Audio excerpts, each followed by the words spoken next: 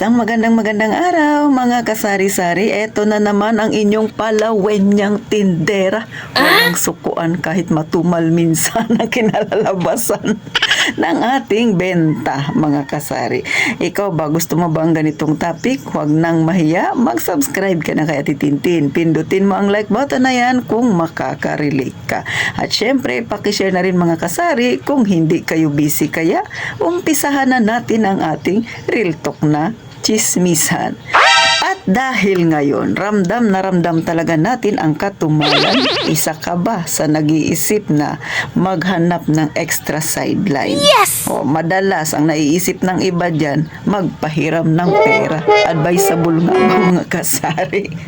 Kung kayo ay nanonood ng TV o kaya kahit sa cellphone, scroll ka dyan, alam nyo ba yung kinahantungan ng dalawang pamilya?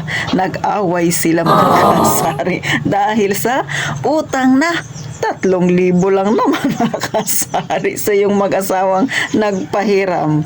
Sila na yung naging masama doon sa kabilang pamilya na nanghiram sa kanila ng pera. Akalain mo yung 3,000 lang, nagkasakitan sila dahil lang sa siningil na sila mga kasari. Ikaw na gusto mong pasukin ang pagpapahiram ng pera. Sige, sumigi ka. Gustuhin mo yan mga kasari. Ito mag-real talk tayo, no? Sa totoo lang mga kasari, ay totoo naman talaga na pagka nagpahiram ka ng pera, malaki talaga ang kinikita dyan. Kasi si Ate Tintin, na-experience ko na yan. Nung nagtatrabaho pa ako noon bilang gwardiya, nagsa-sideline ako na nagpapahiram ako ng pera, which is 10% pa noon. Malaki talaga mga kasari. Kasi nga naman, kung ikukumpara mo sa bangko, ay hindi pa nangangaalahati or 1/4 yung kikitain mo, di ba? Kaysa sa itabi mo doon sa bangko, magkano lang kita noon, babawasan pa ng tax. Samantalang kung ipapahiram mo yung pera mo, 1,000, tutubo ka agad ng 100 yan, isang buwan. Kung isang buwan yung usapan ninyo. Pero syempre sa pagpapahiram ng pera, hindi lahat ay masaya. O magkakaroon ka dyan ng kaaway. Kaya nga nung narinig ko yung balita na yun, nung makita ko doon sa cellphone, nag-scroll ako, nabalita sila.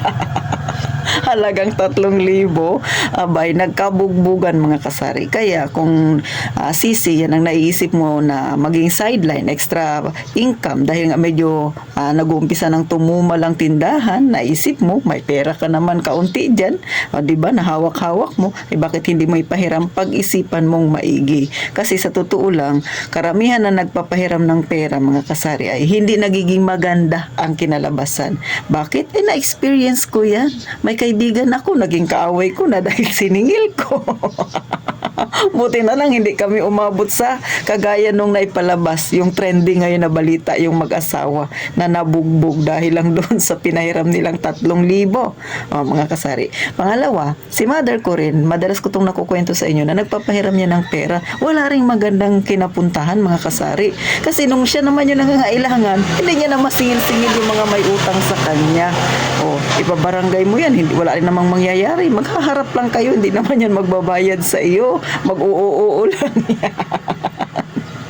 At ang masaklap, yung dati kayong magkapitbahay na medyo nagkakachismisan kayong dalawa, medyo close kayo, ngayon ay magkaaway na kayo. So, yan ang nagiging pangit kapag nagpapahiram ka ng pera. Pero hindi ko sinasabing ganun sa lahat ng pagkakataon, no? Wala akong binibitawang salita. Pero mas madalas, ganun talaga yung nangyayari. Sabi nga ng iba, kung gusto mong makilala yung ugali ng isang tao, pahiramin mo ng pera.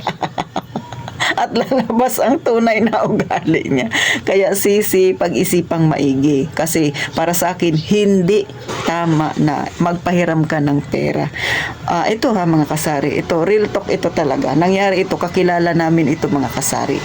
So, may kaibigan kami na may lending sila.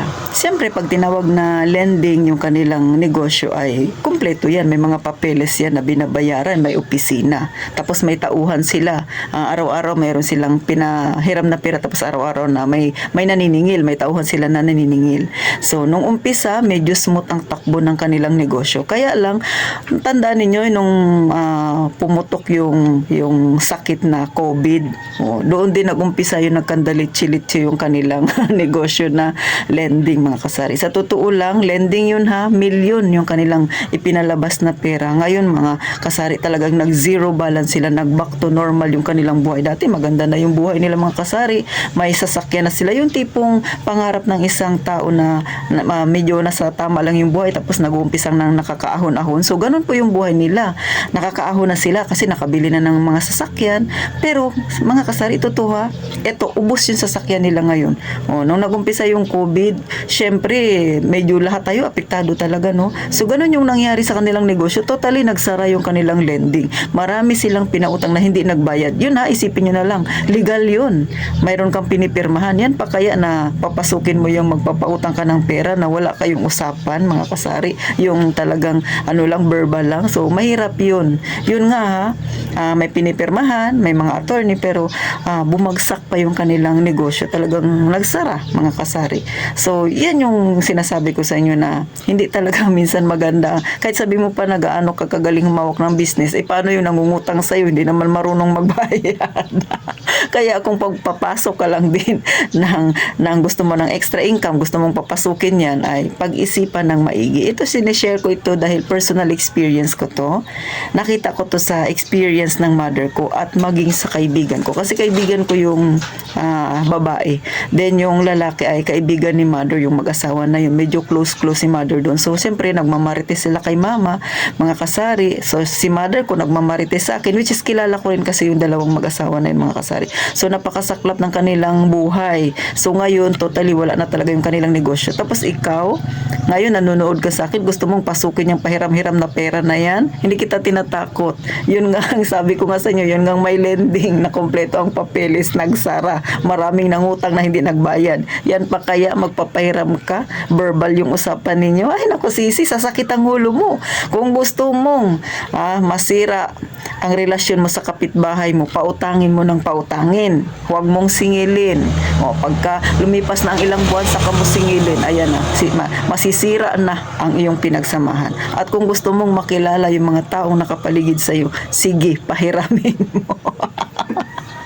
Kung gusto mong hindi maging mapayapa ang iyong buhay, pasukin mo yan, sisi. Kaya sigurado ako magkonsumisyon ka talaga. Kaya sa mga gustong pasukin yung ganyang larangan, dahil akala nila ay malaki yung kikitain, which is totoo naman, malaki ang kikitain, pero mas malamang ang konsumisyon mo. Kasi ang nangungutang na yan, sa umpisa lang yan magaling magbayad. Kinatapusan yan, hindi na nagbabayad. Kasi ang isipin nila, wala raw nakukulong sa utang. Kaya palala lang natitintin, wag mo nang pasukin. Kasi napasok ko na yan dati. Hindi maganda, mga kasari. Bagamat, hindi naman malaki yung nawala din sa akin. Pero syempre, marami akong kakilala na ganyan, pinasok nila. Hindi ka rin naman yayaman dyan, sisi, sa totoo lang. Mas maganda pa, i-focus mo na lang yung iyong attention sa tindahan mo. Mag-isip ka pa ng pwede mong ibenta dyan sa tindahan. Huwag mo nang isipin yung pahiram-pahiram ng pera, ha? Please lang. Kung ayaw mong maging magulo ang iyong buhay. So hanggang dito na lang si Ate Tintin. Nagpapaalala lang ako kasi nga nakita ko sa post na yun nga yung mag-asawa na nabugbog kasi nga dahil nagpahiram sila ng halagang 3,000 sa kanilang kapitbahay din. So paano? Sana may natutunan kay mga kasari, ha? Pero ako, hindi ko kayo pinipilit na sundin nyo si Ate Tintin. Paalala lang ito sa inyo ng inyong tinderang Palawenya. So paano? Makita tayong muli sa susunod na vlog ni Ate Tintin. At gaya nga ng palagi kong sinasabi, mag-iingat tayong palagi, mga kasari.